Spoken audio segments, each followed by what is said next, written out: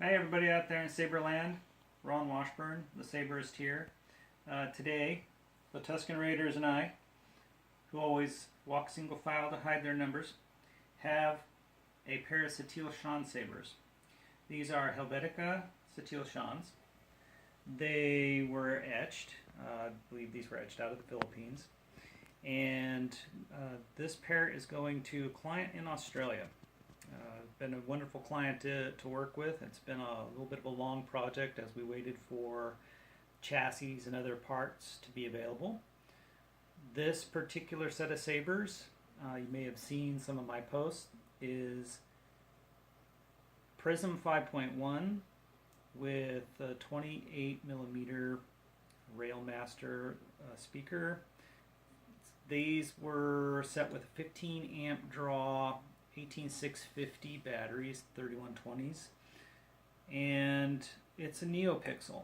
This one is a dual strip NeoPixel. It's a 35-35 strips, not the 50-50s. They're pretty bright. I was pretty happy with the result.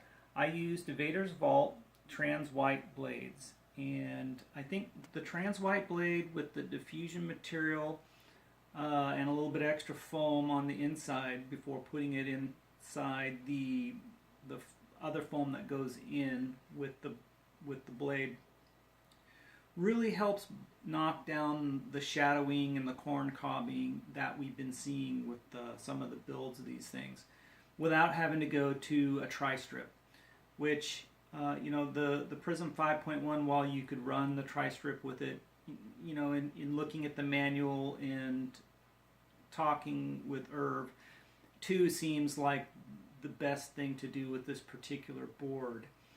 I know Igniter 3 is designed a bit differently, and you can do fully 3 strips on that board without there being any kind of a problem.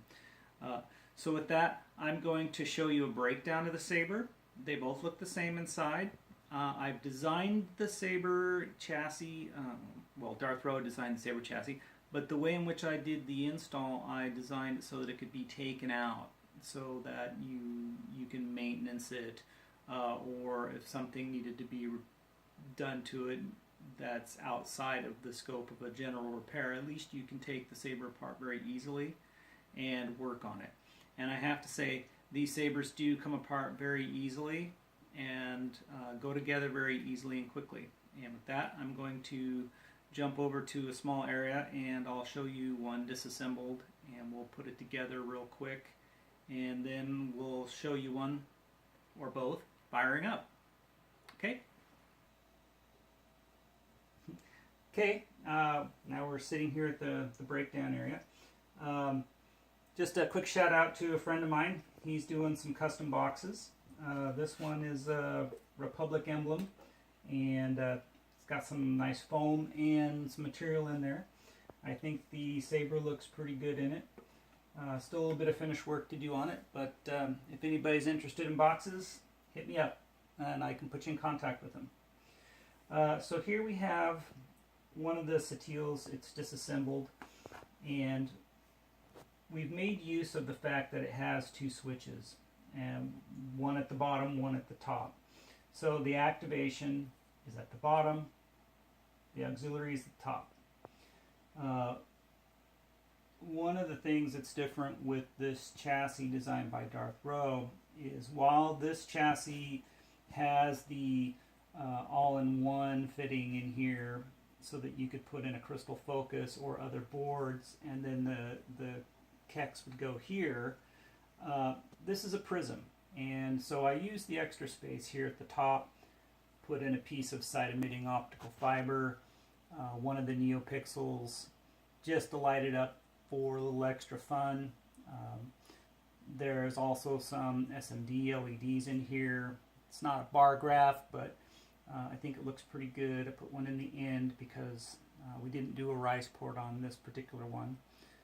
We did do the slide kill key or kill switch plus the recharge port. It's a 1.3 millimeter.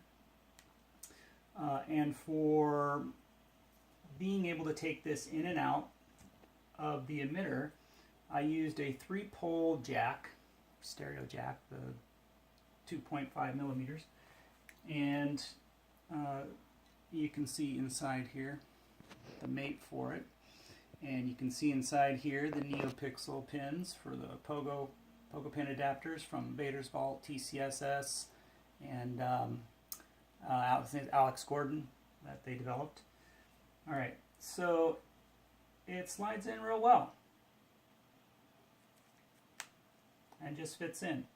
One of the things I did is I used a little bit longer screws for the hilt body to come in from the sides here, and what that does is it holds this piece of the chassis in place very solidly inside the emitter, so that if you took this piece off, you know, it's still in there nice and solid, it clicks in, it doesn't go anywhere, and you're not going to have any kind of weird effects from the blade going in and out.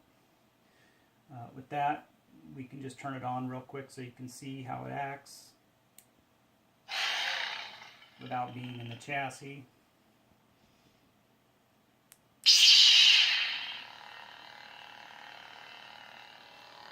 And so you can see we've got a blue, a purple, and a green in there, and a blue in the end. I thought it was kind of fun to put those things in there. You know, they're semi-unnecessary in a sort of this unibody style hilt where you're not going to see anything, but it's still a fun thing to do. Okay, so it goes together very quickly, very easily, and then it'll just be 2 screws from the sides, and for the switches it's just the brass piece and the cover.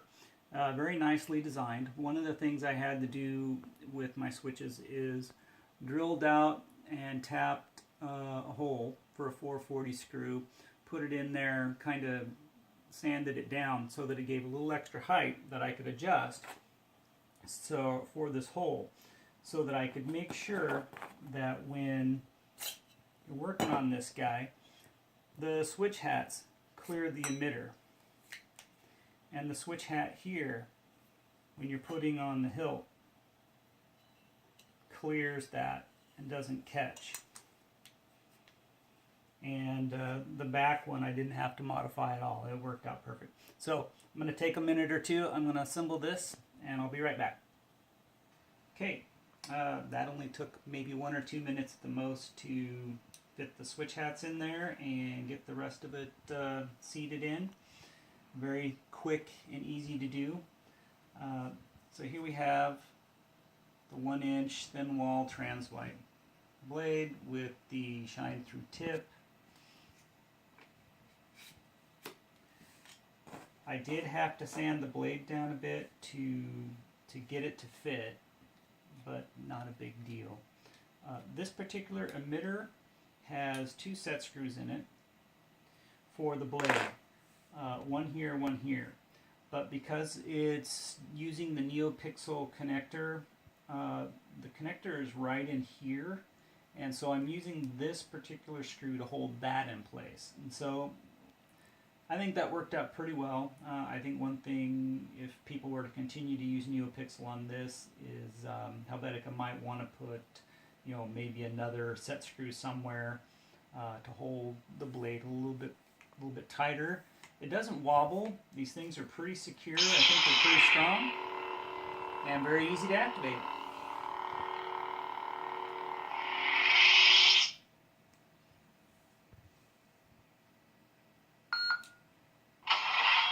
So standard font. We got some color cycles.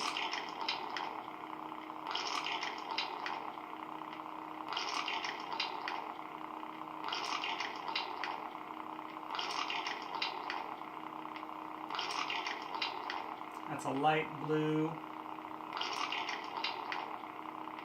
a little bit lighter blue, which I think is about the right color for Satele Shan Saber, and then I think a little bit more of a regular blue. So you can play with the color settings on those. Get this guy booted up.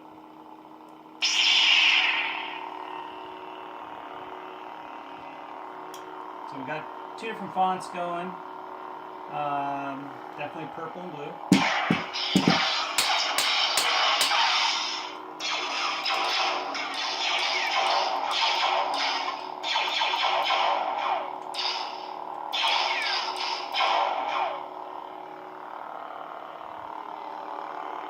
You can see the lights through the pommel.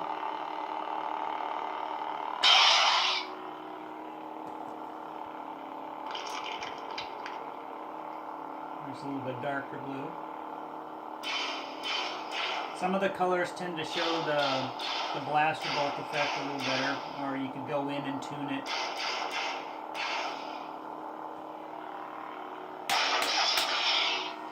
It does come with the coupler to put them end to end.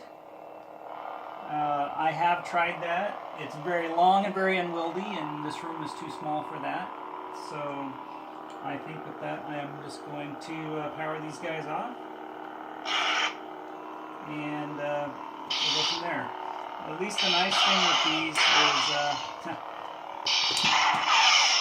end to end with the power buttons at the ends of the pommel. Now they're in the middle when they're together. So easy to turn off, easy to turn on. Okay, thanks for watching.